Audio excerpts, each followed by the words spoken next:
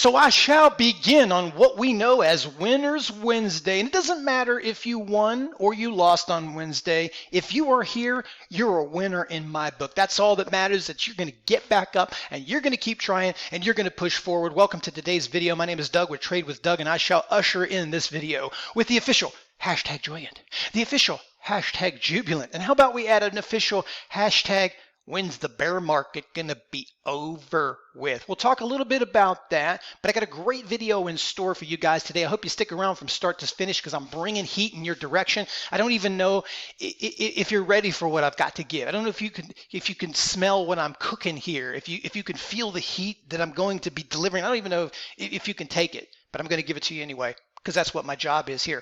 I'm going to be talking about the headline of the week here, which is the day trader army loses all of the money it made in the meme stock era. Well, I can't say that I'm surprised here, but I am going to do this.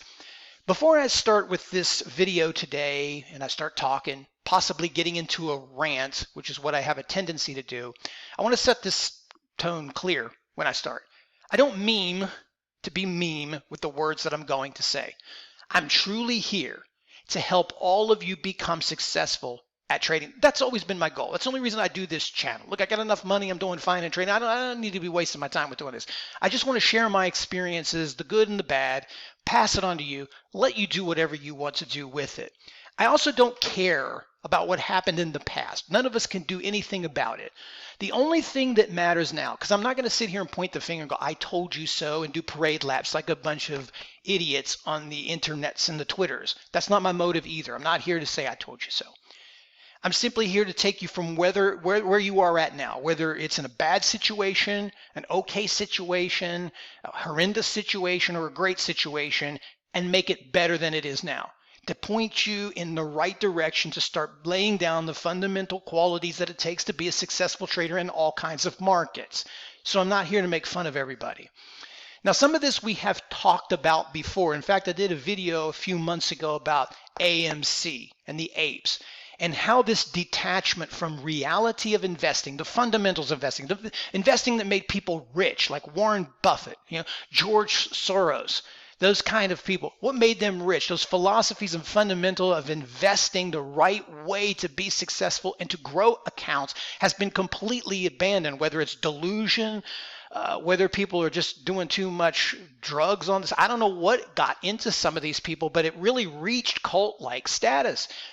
And we talked about that, and some of the highlights was making excuses for losing trades, pointing the finger at imaginary things that happen in markets like dark pools and gamma squeezes and all this other lingo that allowed you to take the responsibility off of your shoulders and point it on someone else.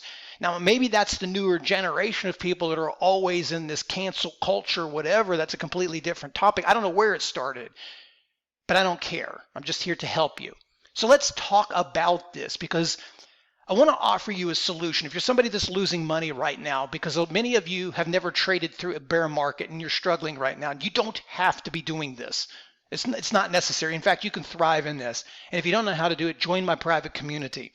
So you can make money, especially if you want to be successful over the long term. You have to figure out how to survive in this. What if the market doesn't make all-time highs for 5 or 6 years? I've been through markets like that.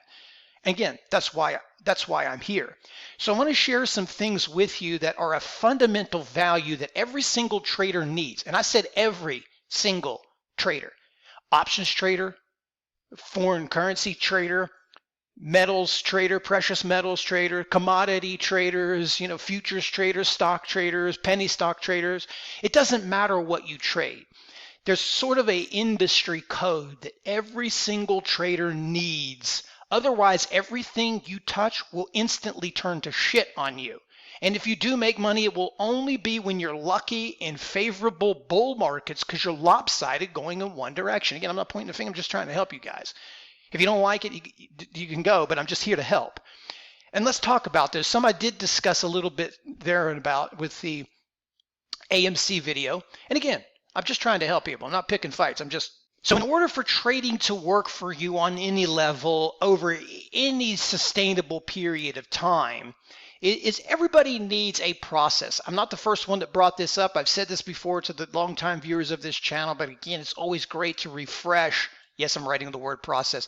One thing you do know is that code has nothing to do with penmanship and proper spelling.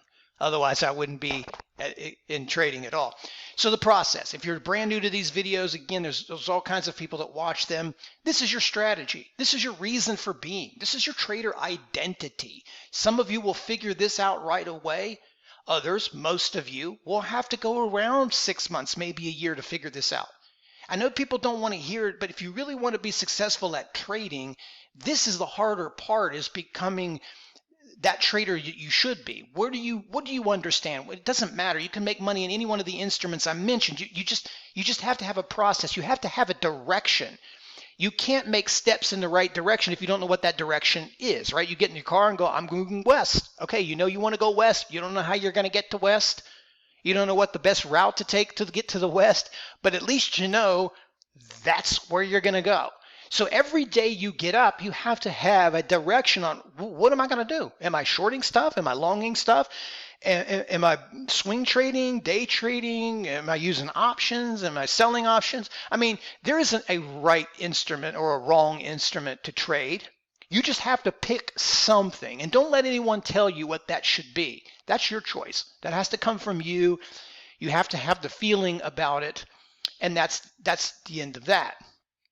The next is you have to have an understanding of market cycles, and you can't get an understanding of market cycles unless you've been through a lot of market cycles.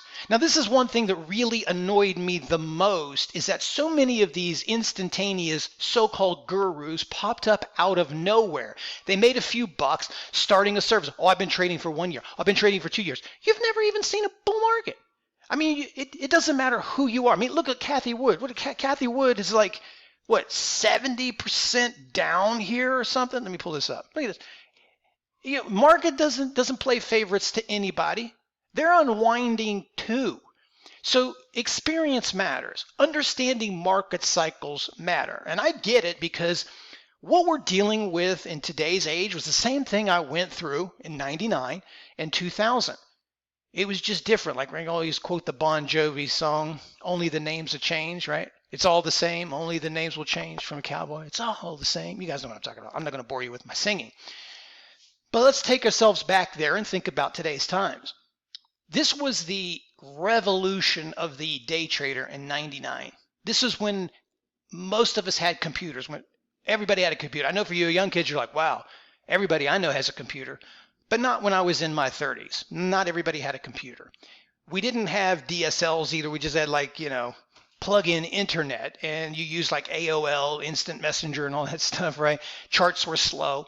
But nonetheless, this was the first time that you could sit there and trade, and brokerage accounts had reasonable commissions. Prior to that, you were on the phone making trades, and they were expensive, and it was something that it was just not feasible for everyone to do. So this ushered in that revolution of the retail trader. It also came at a time where everything.com was it, like technology is today. And many of the things you're experiencing today were being sold to us 25 years ago, 22 years ago at that time. Things like Skype. Well, we're going to be able to chat on our computer and see our faces, right? We're going to have social media where we can chit chat, not out of these just solo chat rooms, but one blanketed chat room like a Facebook or a Twitter. None of this stuff existed back then, but it was just the future and the dream, and that's what everybody was buying.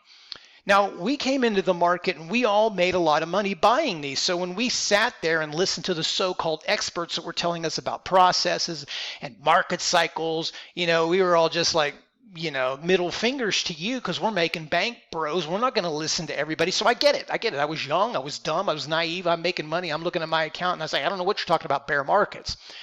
But here's where the problem was. When the bear market eventually came around, and here's where we often mess this up. I said it before in many of my videos, which I hope you guys have watched. But when that started, people were talking about a crash and a correction in 2000. It didn't happen until mid-2001. In the financial crisis, they were talking about bad loans and overinflated housing prices, right? And they started doing that in 2006. The market didn't crash till 2008. So it's not like these things happen the next day. And that's often what gets it flax. And the media is to blame for this because they're always doing the doom and gloom and the fear mongering, and that sells. So that's part of the problem right there. You think, oh, it's not happening. You just completely ignore it. But these things take time. And the same things that were said in the real estate market back then, same things they're saying right now. Oh, housing prices always go up, right? Jobs are strong, right? I'm not saying we're going to repeat that, but you hear the same echoes from 2000, the same echoes from 2008. You're hearing in 2021 and now 2022. So anyway, you have to understand that these are part of investing. This is part of understanding markets. And things just don't always go up forever. And you had to understand that the Fed was really inducing this market rally. Now they pulled the plug. And the market is in soul searching mode. It's just like a human being. Where do I go now? What do I do now? Right? And this whole thing has just been ignored by people. They just have gone with this reckless abandon, no fear, YOLO, diamond hand. I don't know where this stuff comes from, but it's senseless. It sounds awesome that you're brave. I commend you sometimes for being so brave and riding the sinking ship of GameStop and AMC down to zero. But on the other hand, that's just downright stupid. I mean, you don't walk into the octagon with George St. Pierre and just start throwing haymakers and hoping one of these lands. You're going to get killed. And that's what's happening now. They're getting killed. And I hope no one's still adding. They're probably not because they're broke. And it's sad. It's sad because you should have at least prepared for what was going to happen. And that was my fault. That's why I blew up in 2001, is because I just plugged my ears. I didn't want to hear it. And I didn't have a plan for that market cycle. And by the time I figured out one, I had run out of money too. And that was it. Now, what you're learning probably is this cycle happens so quick. Like, you just erased a whole year's worth of gains in the first 4 months of this year. So probably everybody that has made money for the last 2 to 3 years gave it all back, probably since last year, because that's just the market. You got stocks like PayPal, Netflix, Facebook, right? Square, anything Cathie Wood bought. Some of these things are 60 to 70%. You've been liquidated for the last 6 months. Stocks have been going down for like 6 months. So if you owned a stock dedicated portfolio, diversified or not, you've been cheesed, right? So they have been going down. People are unwinding, and that's part of that market cycle. Now, again, I don't know when it's going to end.